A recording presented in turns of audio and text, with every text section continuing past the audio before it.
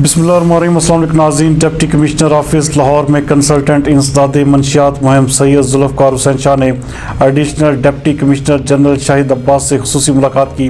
ہمارے نمائندہ خصوصی احمد بلال بلوچ کے مطابق اس ملاقات کے دوران لاہور میں منشیات کے خلاف چلائی جانے والی مہم، بے گھر منشیات کے عادی افراد کی بحالی، علاج معالجے کی سہولتیں، تعلیمی اداروں میں طلبہ ہیلتھ پروفائل کی تیاری، فوکل پرسنز کی تربیتی پروگرامز اور حکومتی اداروں کے ساتھ باہمی اشتراک پر تبادلہ خیال کیا گیا۔ جبکہ اس حوالے سے کنسلٹنٹ انسداد منشیات مہم سیدذوالفقار نے ایڈیشنل ڈپٹی کمشنر جنرل کو بریفنگ دی، جبکہ ماہر نفسیات سائمہ شہزاد، راحیل سکندر، نعیم اشرف سمیت دیگر بھی اس میں شامل تھے۔ اس موقع پر بات کرتے ہوئے additional deputy commissioner general Shahid Abbas کا کہنا تھا کہ D C office Lahore drug advisory training hub کے ساتھ مل کر شہر میں منشیات کے خاتمے کے لیے بھرپور کام کرے گا۔